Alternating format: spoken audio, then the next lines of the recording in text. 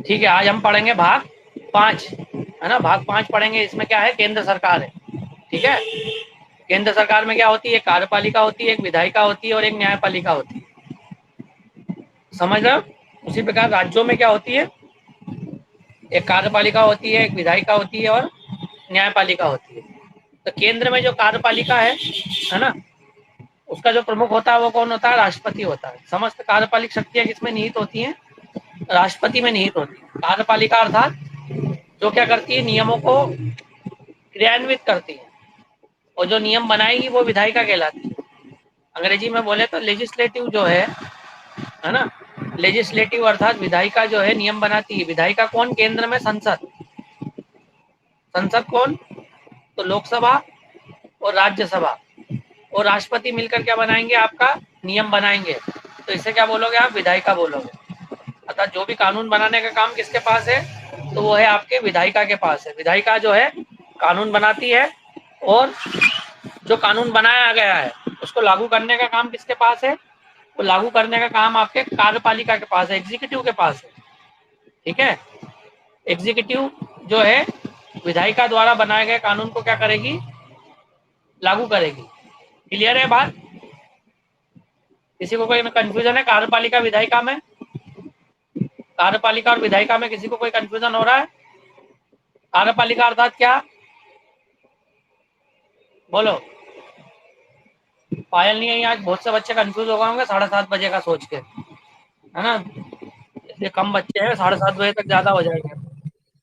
तो कार्यपालिका अर्थात वह जो नियम को क्या करेगी, एग्जीक्यूट, हाँ एग्जीक्यूट करेगी। तो विधायिका वो जो विधान को बनाएगी, कानून को बनाएगी। ठीक है, क्लियर है श्वेता।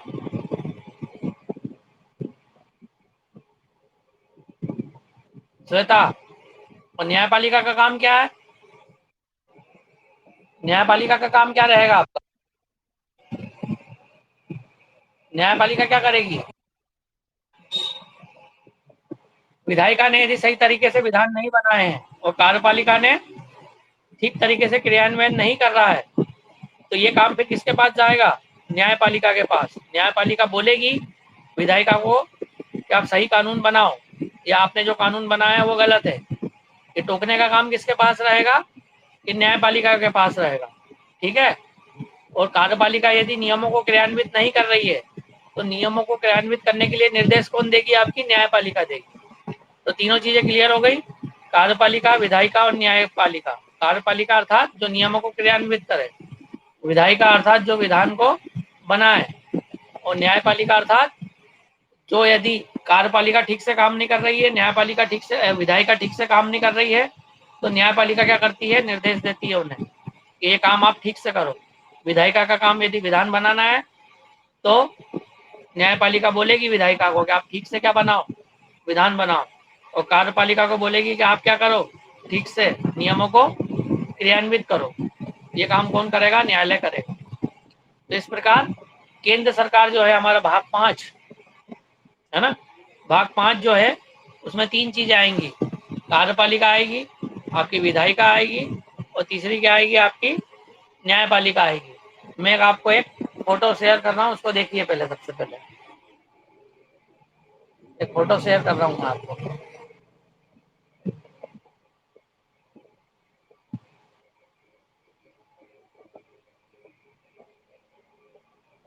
दिख रहा है सभी को, सभी को दिख रहा है, ये भी दिख रहा है, बोलो। इसका स्क्रीनशॉट, इसका आ? इसका स्क्रीनशॉट ले लो, इसका स्क्रीनशॉट ले लो बस। आप तो इस पे बात करेंगे हम, ले लिया स्क्रीनशॉट। ये भाग 5 दिख रहा है आपको इसमें पूरा, है ना। भाग 5 दिख रहा है, अनुच्छेद 52 से 151। ठीक है, ये दिख रहा है, देखो भाग 5 152 से 151 तक है। 3 भागों में बटा हुआ है, कार्यपालिका है, विधायिका है, और आपकी क्या है, न्यायपालिका है। ठीक है ना। 52 से लेकर 78 तक आपकी चलेगी कार्यपालिका, इधर 148 से 151 तक चलेगी, ठीक है। फिर 78 के बाद आ जाएगा 79, तो 79 से लेकर 121 तक आपकी क्या चलेगी, फिर 123 तक विधायिका, और 123 से लेकर 147 तक आपकी क्या है, न्यायपालिका। आप इसका स्क्रीनशॉट ले लो तो समझ में आ जाएगा। अब इन आर्टिकल पे बात करेंगे हम, ठीक है। तो सबसे पहले आर्टिकल 52 पे आएंगे हम, क्लियर है। आर्टिकल 52 पे आएंगे तो आर्टिकल 52 में क्या दिया रहेगा, राष्ट्रपति। आर्टिकल 52 में क्या दिया है, राष्ट्रपति। अब कोई बच्चा ऐसा है जो राष्ट्रपति के 52 से लेकर 61 तक जो आर्टिकल है वो बता देगा उसमें क्या क्या है, 52 में क्या है, 53 में क्या है, 54 में क्या है, 55 में क्या है, इस तरीके से कोई है ऐसा, बोलो बोलो। श्रद्धा, 52 में क्या दिया हुआ है, दीक्षा।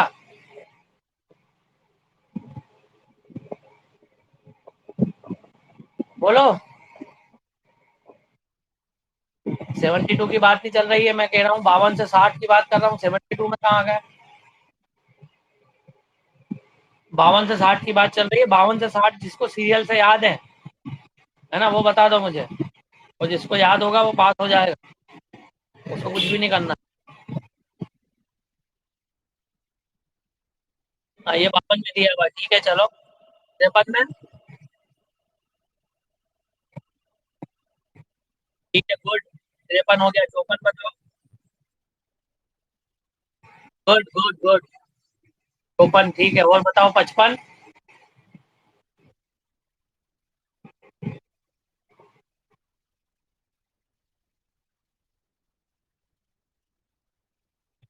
हाँ ठीक है,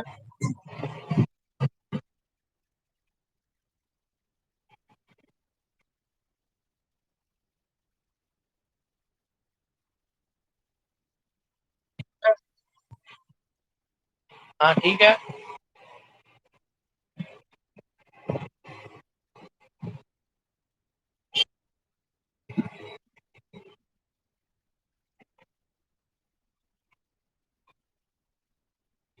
देखो, नोट कर लो सभी सभी बच्चे पहले, नोट करो। कुछ कुछ सही बोले हैं आपने, कुछ गलत हो गए, 2-3 गलत हो गए। अच्छा किया प्रयास, 52 में, 52 से लेकर 61 तक में 2-3 गलत हुए हैं, सभी सही का गलत नहीं हुए हैं। शुरू के 3-4 सही थे, फिर बीच में 1-2 गलत हो गए, फिर आखिरी में सही हो गए, ऐसा हुआ। क्या लिखो, सबसे पहले लिखो 51 में भारत का एक राष्ट्रपति होगा, है ना। राष्ट्रपति का पद, या क्या क्या है कीवर्ड, क्या ले लोगे, राष्ट्रपति का पद। क्या लिखोगे 51 में, राष्ट्रपति का पद।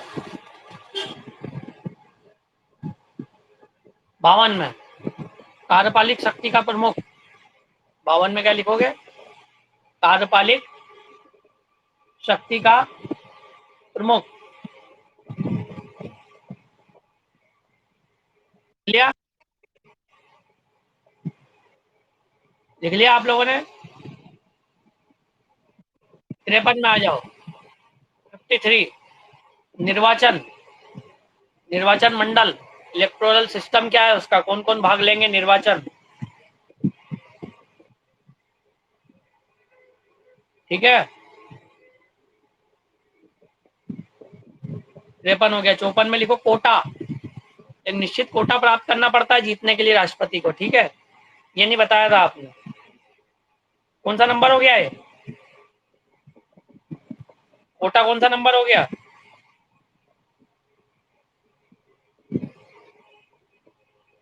बताओ। अरे कौन सा नंबर हो गया, आवाज नहीं आ रही क्या किसी को, माही।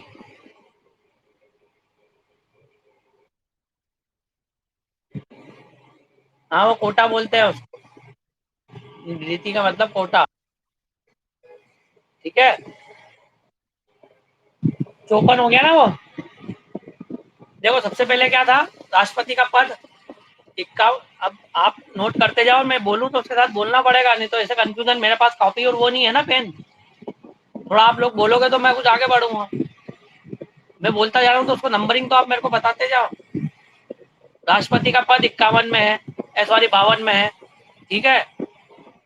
दूसरा क्या है, कार्यपालिक शक्ति का क्या है, राष्ट्रपति प्रधान है, 53 में है। बोलते जाओ ऐसे मौखिक। 53 में क्या है, कार्यपालिक शक्ति का प्रधान। निर्वाचक मंडल, निर्वाचक मंडल किसमें जाएगा, 54 में आ जाएगा निर्वाचक मंडल। कोटा या रीति, तो तुम रीति बोल रहे हो या कोटा है, क्या बोलते हैं उसको, कोटा, कोटा या रीति, वो किसमें आ जाएगा आपका, 55 में। 56 में आ जाएगा आपका कार्यकाल, कितने कितने समय के लिए चुना जाएगा, 56 में कार्यकाल आ गया। हाँ, 57 में आ जाएगा दोबारा निर्वाचन या पुनर्निर्वाचन, दोबारा या पुनर्निर्वाचन, दोबारा या पुनर्निर्वाचन, 57 में आ गया। 58 में आ जाएगा योग्यता, 58 में क्या आ गया आपका, योग्यता। 59 में आ जाएगा आपका दशाएं, 59 में क्या हो गया आपका, क्या आएगा, राष्ट्रपति, राष्ट्रपति पद, दशाएं, दो दशाएं होती है महत्वपूर्ण, लाभ के पद पर नहीं होना चाहिए, और जब तक वो पद पर रहेगा उसके वेतन भत्ते कम नहीं कर सकते, ये दशाएं दो, अभी बताऊंगा आगे चल के। ये हो गया आपका, कितना हो गया, क्या नंबर हो गया, 59, है ना। और 60 में क्या आ जाएगा, शपथ, शपथ। और 61 में आ जाएगा महाभियोग। क्लियर है। अब ये तो बहुत आसान, पर कंफ्यूजन तुम लोग के हो जाता है। सबसे पहले क्या आएगा आपका, सबसे पहले राष्ट्रपति का पद आएगा, ठीक है।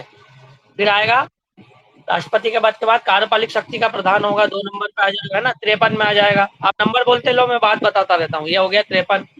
फिर उसके बाद आएगा निर्वाचन मंडल, निर्वाचन मंडल कितने नंबर पे हो गया, बोलो। हाँ, उसके बाद कोटा या रीति कितने नंबर पे हो गया, 55। उसके बाद आ गया कार्यकाल, कितना हो गया, फिर हो गया दोबारा निर्वाचन हो सकता है या पुनर्निर्वाचन, कितना हो गया, 57। फिर आएगा योग्यता, फिर आएगा दशाएं, और फिर आएगा शपथ, और फिर आएगा महाभियोग। आपको कठिन लग रहा है ना, तो लो फिर मैं थोड़ा सा फार्मूला बता देता हूँ, उसको देख लो, आप इसका स्क्रीनशॉट लो, आसानी से याद हो जाएगा बिल्कुल। ये फार्मूला आप लोगों के लिए, आप आसानी से याद कर सकते हो। ये देखो, ये रहा फार्मूला। ये जो फार्मूला दिख रहा है ना, इसको 3 हिस्से में याद करना है अपने को। ये देखो, ये क्या लिखा है, पकानी, क्या लिखा है, पकानी, बोलो मेरे साथ, क्या लिखा है, पकानी है ना, पकाना है ना, खाना पकाते हैं ना, पकानी। और फिर यहाँ पे जाके इसको खत्म कर देना, कोका, कोका, कोका कोला है ना, कोका कोला होता है ना, कोका, पकानी कोका, ठीक है। यहाँ तक ले लिया आपने, क्या पढ़ोगे, पकानी कोका, है ना। और नीचे देख लो, डू डू यो दसम, दसम है ना 10, हो गया। दियो, दो दसम, दियो, दियो दसम, दियो दसम, आ गया समझ में। देखो, पकानी दोसा, दो दियो दसम, बोलो 2-3 बार मन में,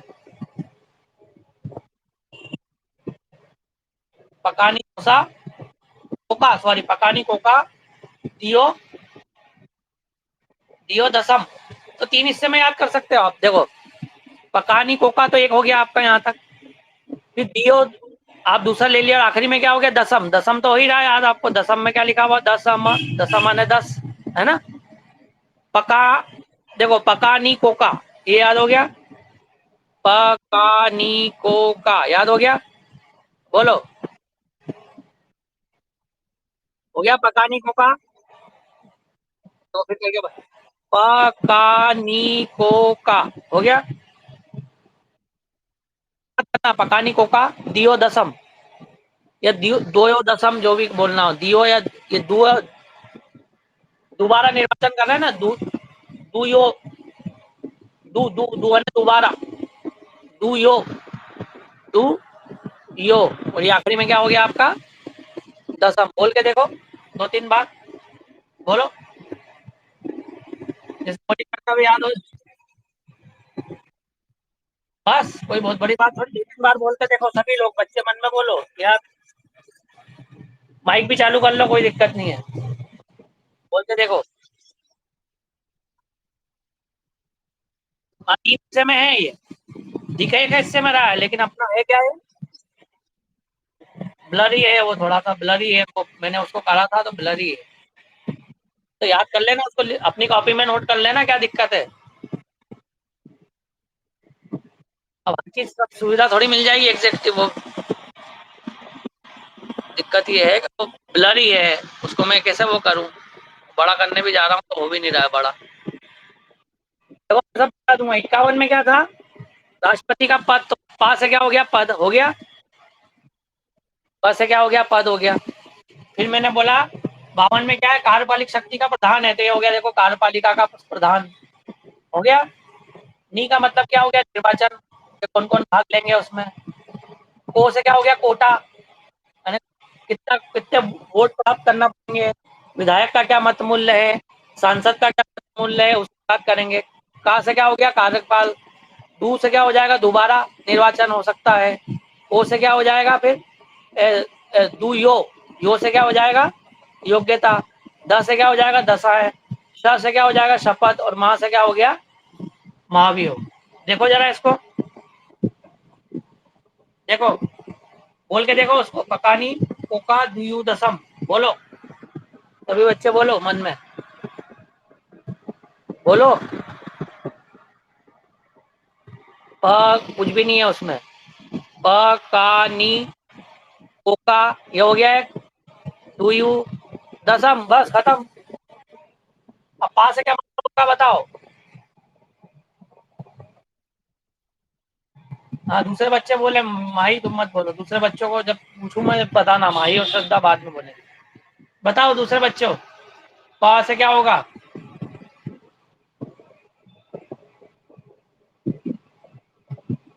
और दूसरे बच्चे नेहा बोलो, जसप्रीत, जसप्रीत बोलेगी सब, आप जितने भी है। पका नहीं कोका दुयु दशम में बोलो जसप्रीत, जल्दी से बताओ मेरे को पूरा इसका मतलब, जल्दी। पा का मतलब क्या है, पा का मतलब क्या है जसप्रीत।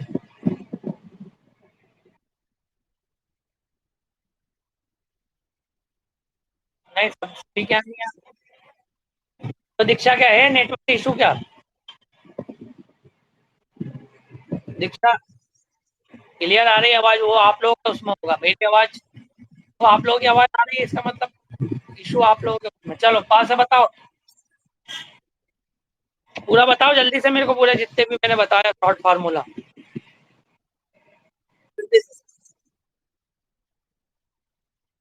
दिखा नहीं तो क्या, उसका स्क्रीनशॉट देना चाहिए ना।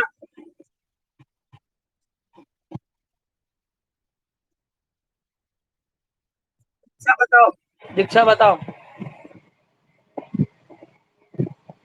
दीक्षा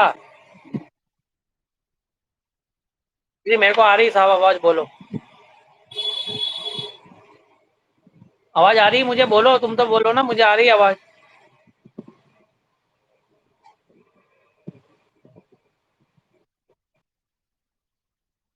ये नहीं पूछ रहा हूँ मैं, मेरे को तो पूरे सीरियल से बोल के बताओ, पा का मतलब क्या है।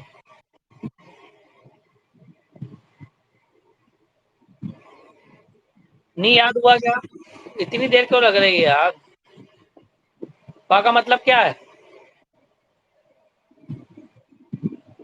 बोलो पा का मतलब क्या है। और का मतलब,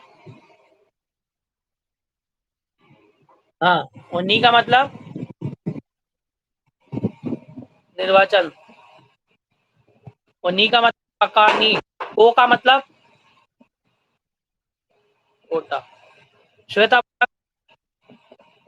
फिर को के बाद फिर का आ गया है उसका, कार्यकाल, ठीक है। और फिर का मतलब क्या होगा श्वेता? तुम्हारा, अरे नहीं माही तुम मत बोलो ना, मैंने बोला मैं जिससे पूछ रहा हूँ उससे ही बात कर रहा हूँ। श्वेता,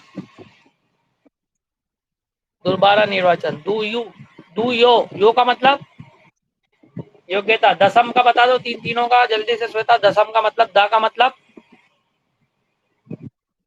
हाँ, शपथ। बस, आ गया समझ में? दो तीन बार उसको पढ़ो। क्या क्या हो गया वो आपका? पकानी कोका दियु दसम, है ना। अब आप एक एक पे बात करेंगे अब हम। चलो, अब सबसे पहले क्या है आपका आर्टिकल 52। 52 क्या बोलता है? क्या बोलता है 52? भारत का एक क्या होगा? राष्ट्रपति होगा, ठीक है, जो कि जनता के द्वारा अप्रत्यक्ष रूप से क्या किया जाएगा? निर्वाचित किया जाएगा, है ना। आगे समझ में? भारत का एक क्या होगा? राज्य अध्यक्ष होगा, या भारत का एक राष्ट्रपति होगा जो जनता के द्वारा अप्रत्यक्ष रूप से चुना जाएगा। ये किसमें कहा गया? आर्टिकल 52 में। इसमें कोई विशेष बात नहीं है। और आर्टिकल 53 में आ जाओ। कानी, का मतलब क्या हो जाएगा? कार्यपालिक शक्ति का प्रधान। का मतलब क्या हो जाएगा? कार्यपालिक शक्ति का प्रधान। इसमें आप लिखो, क्या लिखोगे? कि भारत का जो राष्ट्रपति है वो, उसमें समस्त कार्यपालिक शक्तियां क्या है? निहित है, ठीक है। अर्थात जितने भी कार्यपालिक काम होंगे, कार्यपालिक शक्ति का कौन प्रधान होगा? राष्ट्रपति होगा, ठीक है। कार्यपालिक पद पे जितनी भी नियुक्तियां होंगी, जितने भी मंत्री बनेंगे, वो सब किसके द्वारा बनाए जाएंगे? राष्ट्रपति के द्वारा बनाए जाएंगे। मंत्रियों को पदों का आवंटन भी कौन करेगा? राष्ट्रपति करेगा। तो समस्त कार्यपालिक शक्ति अर्थात जितने भी पदाधिकारी हैं, मंत्री से लेकर, है ना, विभागों के जो प्रमुख होते हैं, आईएएस, है ना, वो सब किसके द्वारा नियुक्त किए जाएंगे? राष्ट्रपति के द्वारा ही नियुक्त किए जाएंगे। अर्थात समस्त कार्यपालिक शक्ति जो है आपकी किसमें निहित है? राष्ट्रपति में निहित है। यह हो गया आपका आर्टिकल 53। पकानी। अब निर्वाचन पे आ जाओ। निर्वाचक मंडल, निर्वाचन में क्या आ जाएगा? निर्वाचन मंडल। तो निर्वाचन जो मंडल होता है 54 में, 52 हो गया, 53 हो गया, 54, निर्वाचन मंडल। पकानी, नी का मतलब निर्वाचन मंडल, पकानी निर्वाचन मंडल 54 में है। कोई बता सकता है कि राष्ट्रपति के चुनाव में कौन कौन लोग भाग लेते हैं? जल्दी से बोलो। जल्दबाजी मत करो, जल्दबाजी मत। मैं क्या कह रहा हूँ, इतनी जल्दी से मत बोलो। जब भी मैं कोई सवाल पूछूं तो वो इतना आसान नहीं होता है। जल्दबाजी में बोलोगे उत्तर वाकई गलत ही निकलेगा। थोड़ा सोच के बोलोगे। बताओ।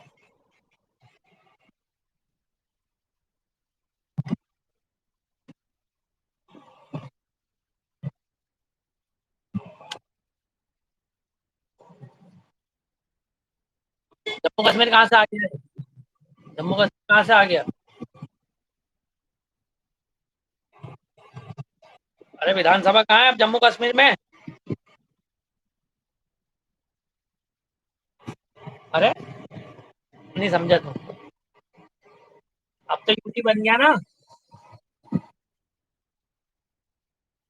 अभी राष्ट्रपति चुनाव कहाँ हो रहा है? अरे थोड़ी आएगा राष्ट्रपति चुनाव। अब तो वो हो गया ना, तो यूनियन टेरिटरी हो गया, बात खत्म। वो नहीं आएगा। लिखो सबसे पहले, लिखो, लिखो सबसे पहले लोग।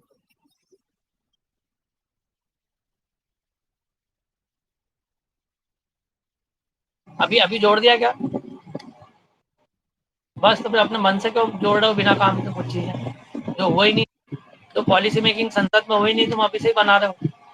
जो लिखा है वो तो याद करें अपन। पहला क्या है? लोकसभा के निर्वाचित सांसद। लिखो, लोकसभा के निर्वाचित सांसद पहला। दूसरा, राज्यसभा के निर्वाचित सांसद दूसरा। राज्यों की विधानसभाओं के निर्वाचित विधायक तीसरा। और दिल्ली और पौंडेचेरी के विधानसभा के विधायक 70वें संविधान संशोधन से चौथा। ये चार चीजें हैं, ऐसे बताना तो व्यवस्थित बताया तो है। एक जम्मू कश्मीर और जोड़ दिया बिना काम के उसमें, ठीक है। तो ये इसका निर्वाचक मंडल होता है, ठीक है। अगली बात समझ नहीं आई? बात समझ। ये इसका क्या है? निर्वाचक मंडल है। पकानी, पा से क्या हो जाता था? पद हो जाता था। का से क्या हो गया था? कार्यपालिक शक्ति का प्रधान। और नी से हो गया आपका निर्वाचक मंडल। क्लियर है सभी बच्चों को? सभी बच्चे जो 17 बच्चे हैं वो जो बाद में आए हैं उनको फार्मूला नहीं पता है। अब जो देर से आए हो तो उसका लिए अब ये है कि कल लेक्चर जब अपलोड होगा सुबह यूट्यूब पे उसको देख लेना।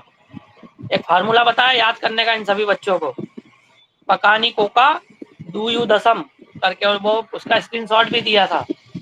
अब वो स्क्रीनशॉट जो है आप यूट्यूब पे कल सुबह देख लेना। अब आगे चलते हैं। पकानी कोका, को में क्या आएगा? कोटा। क्या बताएंगे अब इसमें? निश्चित कोटा रहता है, न्यूनतम कोटा रहता है।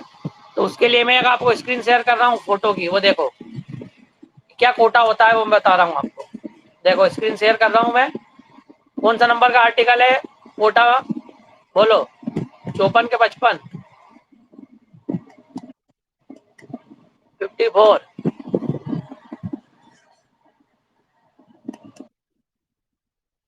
वही तो तुम लोग देख लो यार, वही तो नंबर याद करने का बोला, मैं तो इतना ध्यान थोड़ी रखता हूँ। हाँ तो तुम लोग हाँ डिसाइड कर लो तुम लोग अब। चलो 55 है ना। 55 में न्यूनतम कोटा ये देखो, लिख लो सभी लोग, क्योंकि फिर बाद में बोलोगे कि मैंने देखा नहीं, मैं तो देर से आया था। तो ये जो लिखा हुआ है न्यूनतम कोटा देख लो, वैध मतों की संख्या, वैध मतों की संख्या +1 ऑब्लिक रिक्तियों की संख्या +1। ये एक न्यूनतम कोटा प्राप्त करना पड़ता है राष्ट्रपति चुनाव में। हमारे यहाँ जैसे पार्षद का चुनाव होता है, विधायक का चुनाव होता है, या सांसद का चुनाव होता है, जिसमें सबसे ज्यादा मत मिल जाते हैं वो जीत जाता है। ऐसा नहीं होता है। यहाँ पर क्या होता है, एक न्यूनतम जो कोटा है वो प्राप्त करना होता है। इसको आप नोट डाउन करो जितने भी बच्चे ऑनलाइन है। न्यूनतम कोटा वैध मतों की संख्या +1 रिक्तियों की संख्या +1। करो इसको याद। ये हो गया आपका, क्या हो गया ये अपना फार्मूला का क्या हो गया? पकानी कोका, तो को है ये, है ना। अब को में और चीजें हैं। इसमें विधायक का मत मूल्य भी आता है और सांसद का मत मूल्य भी आता है। ये देखो, विधायक का मत मूल्य कितना होता है? राज्य की जो कुल जनसंख्या है उसको भाग दे देते हैं कितने से? 1000 से, और निर्वाचित सदस्य की संख्या, ये तो विधायक का मत मूल्य आ जाता है इससे। ठीक है, क्लियर है। एक विधायक का मत मूल्य निकालना है तो यहाँ राज्य की कुल जनसंख्या आ जाएगी। जैसे मध्य प्रदेश का निकालना है तो मध्य प्रदेश की यहाँ पर जनसंख्या आ जाएगी 7,26,00,000 जो भी है ना। और निर्वाचित सदस्य संख्या, जैसे मध्य प्रदेश की विधानसभा में कितने विधायक हैं? 230। तो 230 ऑब्लिक कितने से भाग दे देंगे? 1000 से भाग दे देंगे, और जो भी संख्या आएगी लगभग 200 समथिंग आएगी, 208 या 210 जो भी आएगी, वो एक विधायक का क्या हो जाएगा? मत मूल्य हो जाता है।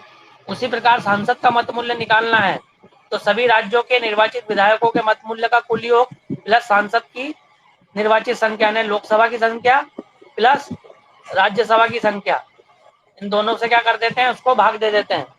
तो सांसद का क्या निकल जाता है? आपका मत मूल्य निकल जाता है। इसका स्क्रीनशॉट ले लो सभी बच्चे। अब जो नए बच्चे हैं उनको समझ में नहीं आ रहा हो, इसमें इसमें और इसमें तो मेरे से पूछो, इसका और इसका मतलब पूछो कि सभी को समझ में आ गया जल्दी से। अभी जो राज्य की जो कुल जनसंख्या है ना, सभी लोगों ध्यान देना, ये जनसंख्या 2011 की नहीं मानी जाती है। ये जनसंख्या मानी जाती है 1971 की। कब की? 1971 में जो जनसंख्या थी वो रखना पड़ेगी यहाँ पे। ठीक है। अब जो कोई नया बच्चा है वो बताने का प्रयास करो कि 1971 की जनसंख्या क्यों ली, 2011 की क्यों नहीं ली। नया बच्चा कोई जिनको मैंने पढ़ा दिया दो, पायल बताओ। नहीं, 1971 की जनसंख्या क्यों ली जब आपके पास आंकड़ा उपलब्ध है 2011 की जनसंख्या का? तो बताओ। चलो नए बच्चे भी बता दो, आयुष बता दो, आयुष को पता होगा।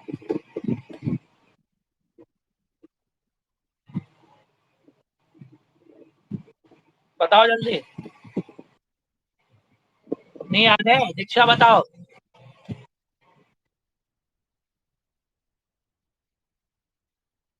दो जोक मत बोलो, श्रद्धा बोलो, श्रद्धा। चलो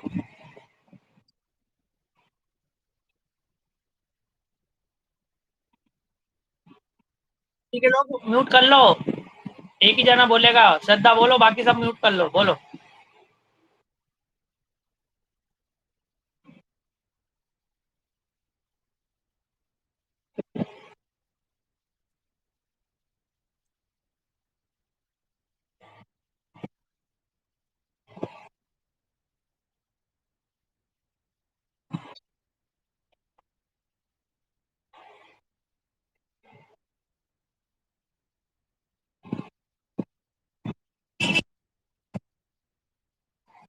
हाँ बिल्कुल सही, कहने का मतलब ये है जो दक्षिण भारत के राज्य जैसे केरल है, तमिलनाडु है, आंध्र प्रदेश है, यहाँ पर जनसंख्या नियंत्रण में बहुत अच्छा काम हुआ है। यहाँ पे जनसंख्या ज़्यादा बढ़ी नहीं है 70 के बाद। उत्तर भारत के जो राज्य है, राजस्थान है, मध्य प्रदेश है, यूपी है, यहाँ पर तेजी से क्या हुई है, जनसंख्या बढ़ी है। अब यदि अपन आंकड़े 2011 के ले लें तो केरल की जनसंख्या 1971 से 2011 के कंपैरिजन में देखें तो कोई ज्यादा नहीं बढ़ी है, तो मत मूल्य भी नहीं बढ़ेगा उनका ज्यादा, लेकिन यूपी के विधायक का मत मूल्य बढ़ जाएगा। यूपी की जनसंख्या 2071 1971 में यदि मान लो 5 करोड़ होगी तो आज वो 20 करोड़ हो गई है। तो ऐसे विधायक का मत मूल्य भी क्या हो जाएगा, बढ़ जाएगा। तो विधायकों का यदि मत मूल्य बढ़ गया तो उत्तर भारत के जो 4-5 बड़े बड़े राज्य है, राजस्थान, मध्य प्रदेश, उत्तर प्रदेश, इनके विधायकों के मत मूल्य से ही राष्ट्रपति जीत जाएगा। और दक्षिण भारत के विधायक जो होंगे उनका मत मूल्य कम होने से वो उनको नुकसान होगा। तो इसीलिए जनसंख्या नियंत्रण में जिन राज्यों ने अच्छा काम किया है उनको उनके मत मूल्य कम ना हो, इसीलिए 1971 की जनसंख्या रखी गई है। पायल आया समझ में?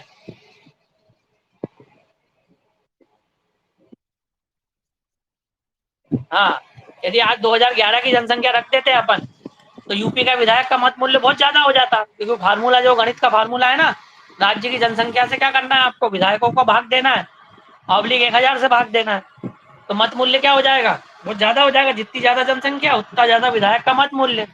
और बेचारा केरल की जनसंख्या यदि स्थिर है मान लो 3 साल 30 साल से या 40 साल से, तो उसका मत मूल्य उतना ही रहेगा। मान लो उसका मत मूल्य 150 है तो 150 ही रहेगा। और उत्तर प्रदेश के विधायक का मत मूल्य यदि यदि 160 है तो 2000 की जनसंख्या में 300 हो गया, तो वो तो डबल के बराबर हो गया, उसके डबल दुगना हो गया। तो मत मूल्य में इतना अंतर ना आए इसलिए क्या किया गया कि 1971 की जनसंख्या को आधार बनाया गया। क्लियर है? बोलो। अब इसी में ही आती है कि मतगणना कैसे होती है ना? तो मतगणना कैसे होती है, एकल संक्रमणी अनुपातिक गुप्त प्रणाली के माध्यम से क्या होती है, मतगणना होती है। इसमें क्या होता है, जैसे मान लो चार चार कैंडिडेट खड़े हो रहे हैं राष्ट्रपति चुनाव में, यदि 4 कैंडिडेट खड़े हो रहे हैं तो प्रत्येक विधायक या सांसद को चारों को वरीयता देना पड़ती है।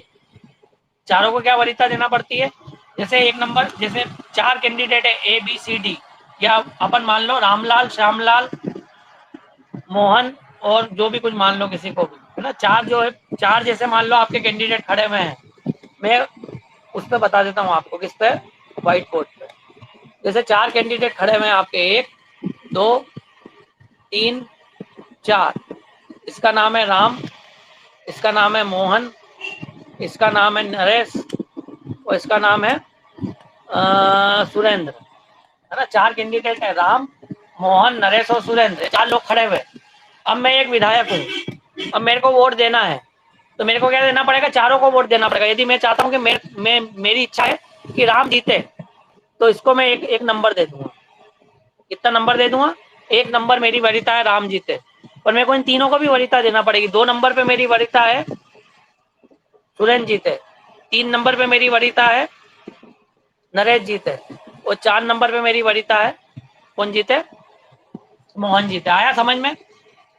अब एक जो निश्चित कोटे का जो वो था, निश्चित कोटा यानी मान के चलो आधे वोट प्लस वन, आधे वोट प्लस वन आना चाहिए जब कैंडिडेट क्या होता है, जीतता है, यानी 51% वोट आना चाहिए, तो क्या होगा, राष्ट्रपति चुनाव में वो जीतेगा। 51% वोट नहीं आते हैं तो जो सबसे आखिरी वरीयता के वोट होते हैं, ये चौथी वरीयता है, इसके जो वोट हैं वो सभी में बांट दिए जाते हैं। ठीक है? यदि निश्चित कोटा प्राप्त नहीं होता है, ठीक है, जैसे मान लो सब कुछ काउंटिंग हो गई और राम को वोट आए कितने, कितने आए, 48। 2 नंबर पे कौन था, सुरेन था, इसको वोट आ गए 40। कितने हो गए गिनो, 48 और 40 कितने हो गए, 88 हो गए। चलो 3 नंबर पे इसको आ गए 5 वोट, कितने हो गए, 93 हो गए। चलो इसको अपन मान लेते हैं 7 वोट आ गए, 7 नहीं 8 वोट आ गए, कितने हो गए, अरे कहाँ से 88, ये 88, हाँ 96, और ये 4 वोट बचे, इसको 4 वोट आए, है ना। तो अभी कोई भी नहीं जीतेगा, तो सबसे ज्यादा वोट किसको आए हैं, 48 वाले को। 2 नंबर वाले को कितने आए? 40 आए। 3 नंबर वाले को कितने आए? 8 आए। और 4 नंबर वाले को कितने आए? 4 वोट आए। अब क्या किया जाएगा? ये जो 4 वोट है, ठीक है, ये 4 वोट इनमें बांट दिए जाएंगे, पूरे इनमें बांट दिए जाएंगे चारों वोट, ठीक है, इनको बांट दिया जाएगा चारों वोट। अब मान लो 4 वोट में से मान लो जो ये वोट बांटे हैं, ये जो बांटे हैं, इनमें से 3 वोट तो मान लो केरल के विधायक के हैं, और 1 वोट जो था वो यूपी के विधायक का था। तो यूपी के विधायक का मत मूल्य क्या होगा? ज्यादा होगा। और केरल के विधायक का मत मूल्य क्या होगा? कम होगा।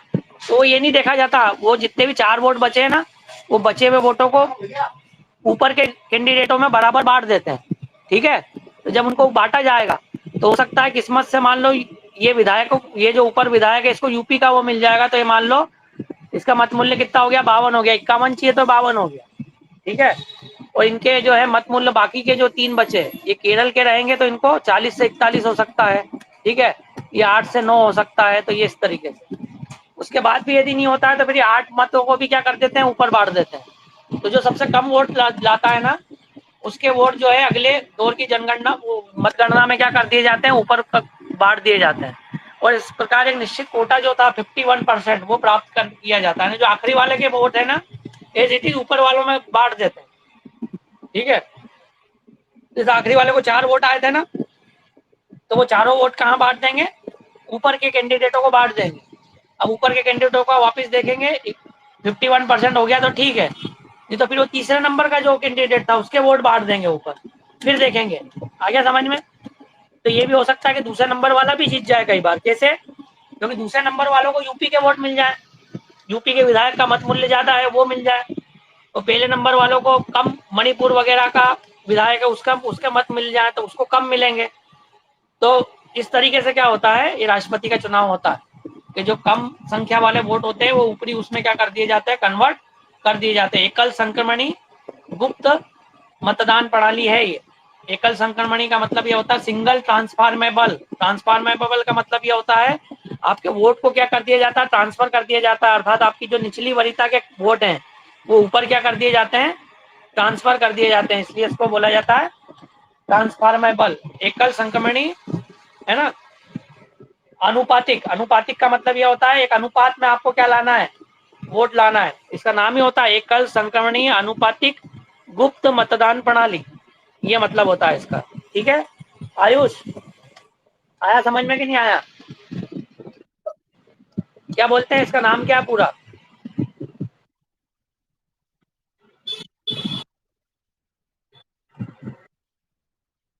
हाँ, ये बोला जाता है इसको, ठीक है।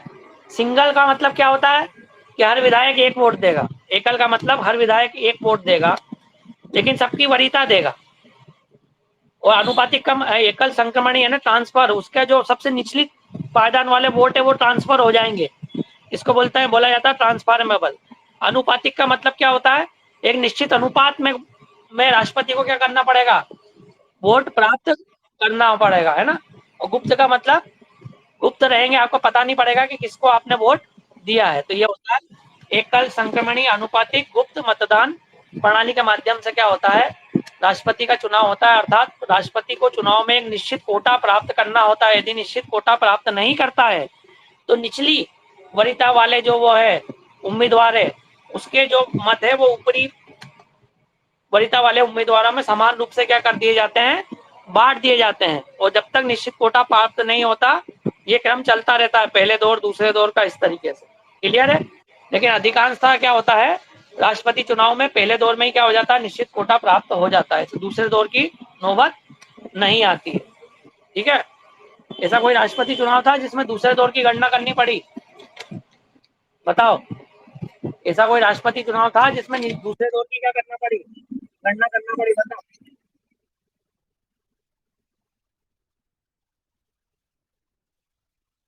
ये तुम्हारा होमवर्क है, इसको ढूंढना। ये होमवर्क है तुम्हारा, ढूंढना है, कल बताना मेरे को इसका उत्तर कि ऐसा कौन सा राष्ट्रपति का चुनाव था जिसमें दूसरे दौर की गणना करना पड़ी, ठीक है। हो सकता है ये सही भी हो, तो मैं अभी बताऊंगा नहीं आपको, ठीक है। इस तरीके से क्या होता है, राष्ट्रपति का क्या होता है? निर्वाचन होता है। तो ये क्या हो गया आपका? पकानी को का, ये हो गया को का भी हो गया। का से क्या आ जाएगा? ये को से तो कोटा हो गया। का से क्या आ जाएगा? कार्यकाल। तो कितना कार्यकाल है राष्ट्रपति का, कितने समय के लिए चुना जाता है? 5 वर्ष। एक चीज और देख लो, एक चीज और नोट कर लो कि राष्ट्रपति चुनाव के लिए कितने प्रस्तावक होना चाहिए? 50 प्रस्तावक होना चाहिए और 50 समर्थक होना चाहिए, ये भी याद रखो। जिस भी व्यक्ति को राष्ट्रपति का चुनाव लड़ना है उसमें उसे लोकसभा या राज्यसभा के, लोकसभा और राज्यसभा के 50 क्या चाहिए? समर्थक चाहिए, और 50 क्या चाहिए? प्रस्तावक चाहिए। यानी 100 विधायक या सांसद का क्या चाहिए आपको? समर्थन चाहिए, जब आप राष्ट्रपति चुनाव में खड़े हो सकते हैं। ये भी नोट कर लो। क्लियर है? आवाज आ रही कि नहीं आ रही है? श्वेता को तो नहीं आ रही क्योंकि उसने चैट के माध्यम से लिख के बोल दिया। बाकी सबको आ रही है? जसप्रीत आवाज आ रही है? हाँ, तो राष्ट्रपति चुनाव में कितने प्रस्तावक होंगे? 50 तो क्या होंगे? प्रस्तावक होंगे। 50 क्या होंगे? समर्थक होंगे। जमानत राशि कितनी होगी आयुष? 1000 क्या होगी? जमानत राशि होगी। ठीक है। एक कोटा क्या करना पड़ता है? प्राप्त करना पड़ता है। विधायक का एक मत मूल्य होता है, सांसद का एक मत मूल्य होता है। तो वोटिंग कैसे होती है? एकल संक्रमणी, आनुपातिक, गुप्त प्रणाली के माध्यम से होती है। हर विधायक या सांसद एक वोट देता है। ठीक है। उसके जो वोट के जो क्रम होते हैं वो सबको क्रम में वोट देना पड़ता है। आखिरी क्रम का जो वोट है वो ट्रांसफर हो सकता है यदि निश्चित कोटा प्राप्त नहीं करता है। ठीक है। इस तरीके से क्या होता है राष्ट्रपति चुनाव। अभी हो गया पकानी कोका, का क्या आ जाएगा? का मतलब हो जाएगा कार्यकाल। कितने समय के लिए चुना जाता है राष्ट्रपति? 5 वर्ष के लिए चुनाव चुना जाता है। तो इसमें कुछ भी याद नहीं रखना आपको। 5 वर्ष के लिए क्या किया जाएगा? वो चुना जाएगा। पकानी कोका दसम, दू का मतलब दोबारा निर्वाचन हो सकता है कि नहीं हो सकता है राष्ट्रपति का? दूसरी बार खड़ा हो सकता है कि नहीं हो सकता है? हो सकता है। तो इसको बोलते हैं दोबारा निर्वाचन या पुनर्निर्वाचन, है ना। तो इसमें कुछ भी याद नहीं करना है। दोबारा निर्वाचन। ये 57 नंबर पे हो गया दू यो, दू यो, दू यो, है ना। यो का मतलब क्या होगा? तो राष्ट्रपति चुनाव के लिए योग्यता बताओ कोई। 4 योग्यता चाहिए राष्ट्रपति चुनाव के लिए, बताओ कोई।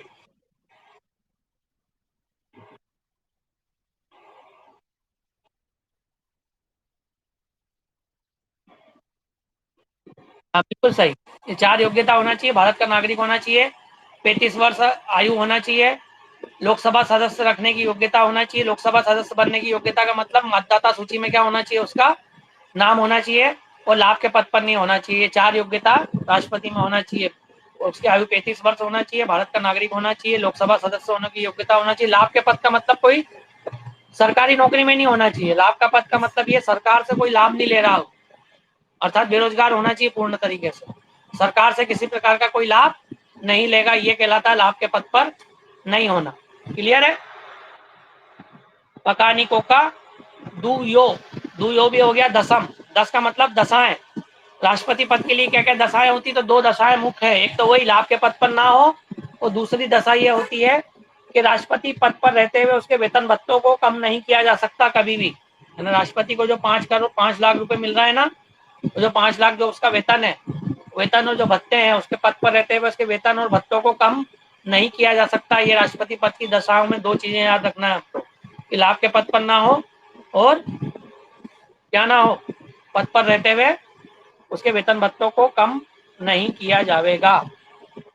दसम। अब सा का मतलब क्या? शपथ। कौन शपथ दिलाएगा राष्ट्रपति को? बोलो।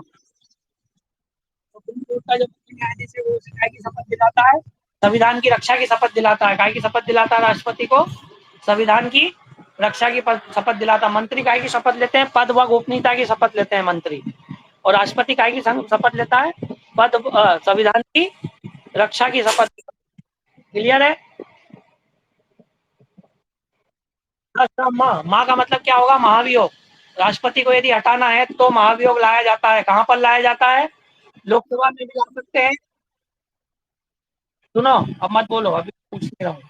कौन सा आर्टिकल में है महाभियोग? आर्टिकल 61, है ना। अभी पढ़ते हुए आ रहे हैं ना अपन, 61 नंबर पे आ गए हैं। तो आर्टिकल 61 में क्या है, क्या क्या होना चाहिए? इसमें 2-3 बातें हैं, देखो व्हाइट बोर्ड पे बताता हूँ। यदि राष्ट्रपति को हटाना है तो इसका प्रस्ताव राज्यसभा में भी ला सकते हो या लोकसभा में भी ला सकते हो, पहली चीज। लेकिन जिस भी सदन में प्रस्ताव लाना है, ठीक है, उसके लिए 1/4 सदस्य क्या देंगे, अनुमति देंगे। 1/4 सदस्य यदि अनुमति देंगे तो ही आप प्रस्ताव क्या कर सकते हो, ला सकते हो। और 14 दिन पहले क्या देना पड़ेगी आपको, राष्ट्रपति को सूचना देना पड़ेगी कि उसके विरुद्ध महाभियोग लाया जा रहा है। ठीक है, महाभियोग ने पद से हटाने की प्रक्रिया, राष्ट्रपति को पद से हटाने की सूचना देना पड़ेगी कि उसके विरुद्ध महाभियोग का प्रस्ताव लाया जा रहा है।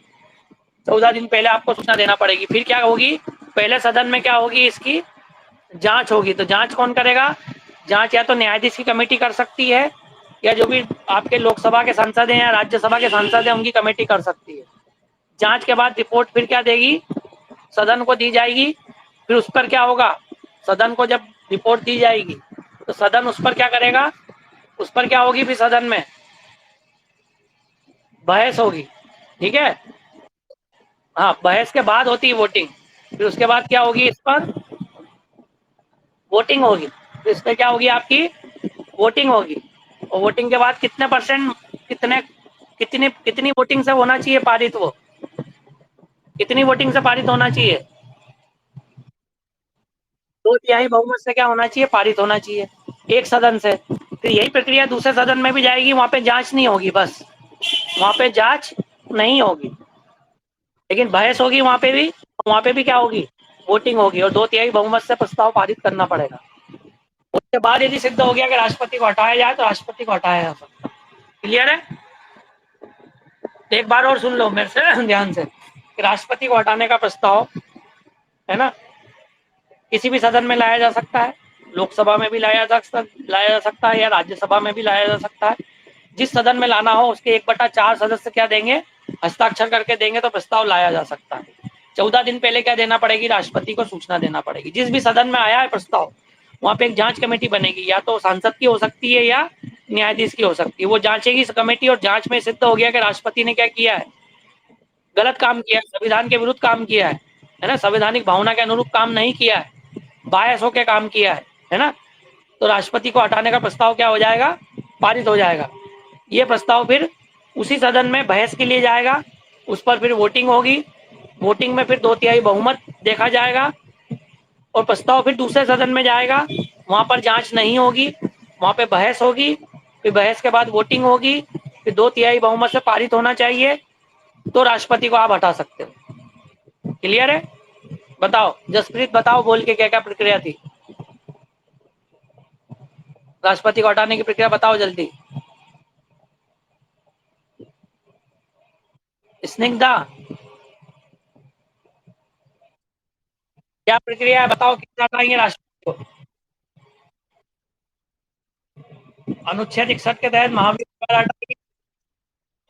हाँ, प्रस्ताव कहाँ लाएंगे,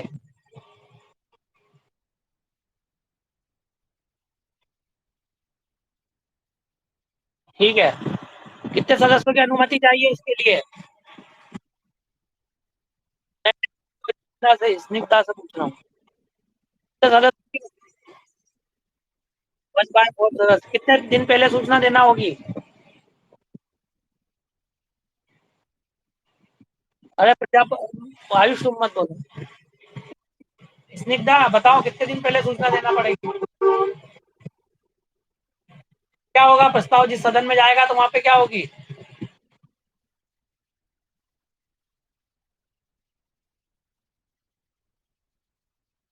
वन फोर नहीं है, 2/4 बोला है मैंने, 2/3 थर्ड, 1/4 नहीं, जैसे में तो पूरा उत्तर तुम्हारा गलत हो जाएगा लिख के आओगे तो।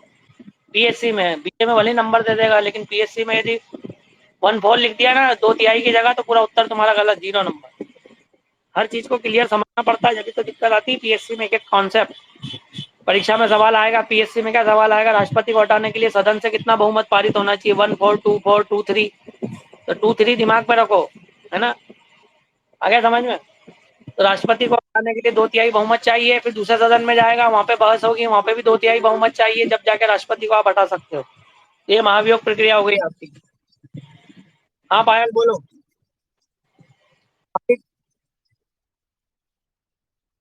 फिर खत्म खेल, और क्या, नहीं हटेगा वो, दोनों सदनों से पारित होना चाहिए ना,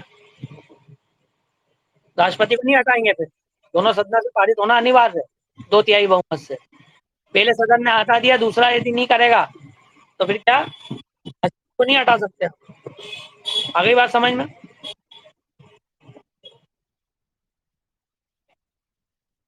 टाइम है। अरे संसद का पावर है बस, राज्यसभा और लोकसभा को। टेरिटरी कहाँ से करेंगी? यूनियन टेरिटरी करेंगी तो राज्य सरकार फिर कहाँ बैठी है 28, वो भी बोलेंगे कि हमको भी पार्टिसिपेट करने दो। राष्ट्रपति को हटाने में 10 साल लग जाएंगे फिर, जब तक तो उसका कार्यकाल ही पूरा हो जाएगा। यही बात समझ में कि नहीं? यूनियन टेरिटरी को आठ आठ यूनियन टेरिटरी पारित करेंगे और 28 राज्य यदि पारित करने बैठ गए तो राष्ट्रपति को हटाने में 15 साल लग जाएंगे। ठीक है, 15 साल तक मजे से वो फिर पद पे ही बना रहेगा। राष्ट्रपति चुनाव, राष्ट्रपति को हटाने की प्रक्रिया मैं बोलता रहा हूँ, सिर्फ लोकसभा या राज्यसभा में दोनों में से कहीं पर भी लाया जा सकती है। जहाँ पे भी लाना है 1/4 जो सदस्य है वो सहमति देंगे, 1/4 सदस्य सहमति देंगे। ठीक है, हटाने की। लोकसभा में आएगा तो लोकसभा, या राज्यसभा में आएगा तो राज्यसभा। 14 दिन पहले क्या देना पड़ेगी, सूचना देना पड़ेगी। जिस भी सदन में आएगा वहां पे कमेटी बनेगी। कमेटी या तो सांसद की बन सकती है या सुप्रीम कोर्ट के न्यायाधीशों की बन सकती है। ठीक है, फिर ये कमेटी जांच करके जांच रिपोर्ट सदन में रखेगी और उसने पाया कि राष्ट्रपति ने क्या किया है, संविधान के विरुद्ध काम किया है, इसे हटाया जाए, तो इस पर फिर बहस होगी। बहस के बाद मतदान होगा। मतदान में 2/3 बहुमत से प्रस्ताव पारित हो गया तो यही प्रक्रिया दूसरे सदन में जाएगी, वहां पर बहस होगी, वहां पर 2/3 बहुमत से क्या किया जाएगा, प्रस्ताव पारित किया जाएगा। इस प्रकार राष्ट्रपति को पद से आप हटा सकते हो। भारत में एक बार भी अभी तक महाभियोग प्रस्ताव नहीं लाया गया है राष्ट्रपति चुनाव में। क्लियर है? बोलो अब और किसको क्या कंफ्यूजन है इसमें? हाँ,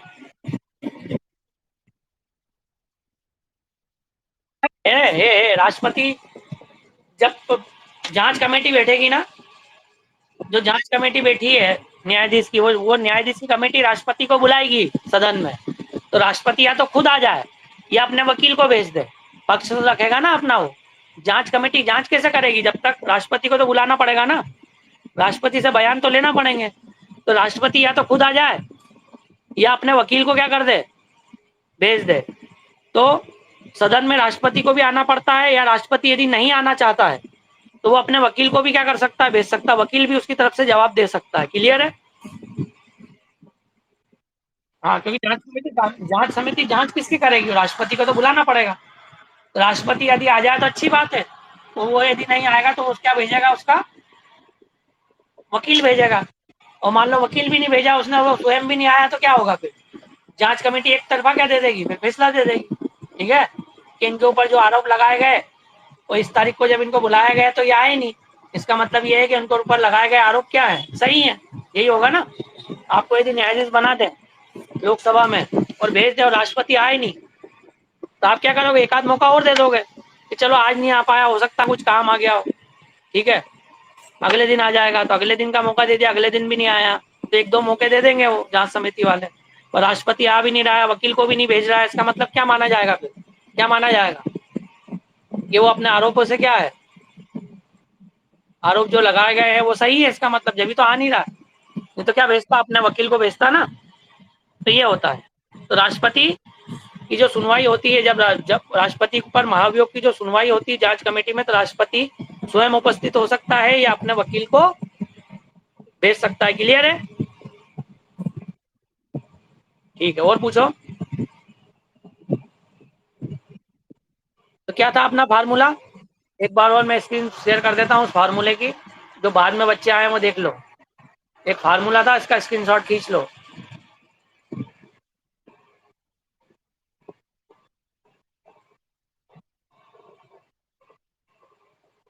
ये लो, ये फार्मूला था, आप इसका स्क्रीनशॉट ले लो।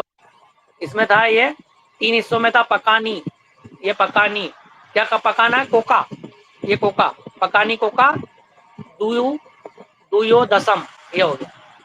तो प से पद हो गया, का से क्या हो जाएगा, कार्यपालिका का प्रमुख हो गया, नी से निर्वाचन हो गया, को से कोटा हो गया, का से कार्यकाल हो गया, दोबारा निर्वाचन हो गया, यो से योग्यता हो गई, द से दशाएं हो गई, स से शपथ हो गई, और म से महाभियोग। तो ये पूरे याद हो गए आपको, 52 से लेकर 61 तक पूरे याद करा दिए मैंने। ठीक है, पकानी कोका दियो दसम, मैं इसको मिटा देता हूँ। अब इसका स्क्रीनशॉट ले लो आप, नए बच्चे सभी। ये फार्मूला मैंने स्टार्टिंग में बताया था, 7 बजे आज क्लास शुरू की थी। आपको नोटिफिकेशन मिल जाता है क्लास का कि नहीं मिलता है? हेलो, ऐसे तो 7:30 बजे क्लास होती है, पता है? ठीक है, तो वो जो टेस्ट मैंने पेपर दिया है, वो जो टेस्ट पेपर जो है उसको हल करके व्हाट्सएप पे मेरे को उत्तर भेज दो। जो टेस्ट पेपर है उसके उत्तर और नया टेस्ट पेपर मैं डाउनलोड कर दूंगा। ठीक है, चलो ठीक है, आज की क्लास यहीं समाप्त होती है। Good night.